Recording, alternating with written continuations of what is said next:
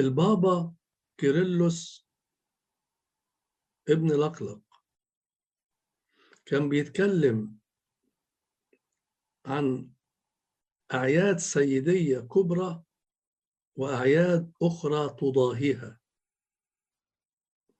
كلمة صغرى ما كانتش موجودة إلا مؤخرا في القرون المتأخرة، لأن مفيش حاجة اسمها عيد سيدي صغير.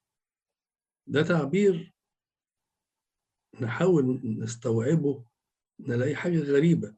يعني مثلا خميس العهد بيعتبر عيد سيدي صغير، العيد اللي أسس فيه السيد المسيح سر الإفخارستية، اللي هو سر الأسرار، اللي احنا بنسميه خميس العهد أو الخميس الكبير، اللي من عنده يبدأ عهد الجديد وما قبله هو العهد القديم. ده يبقى عيد سيدي صغير. دي مسميات ما كانتش موجودة قبل القرن ال15.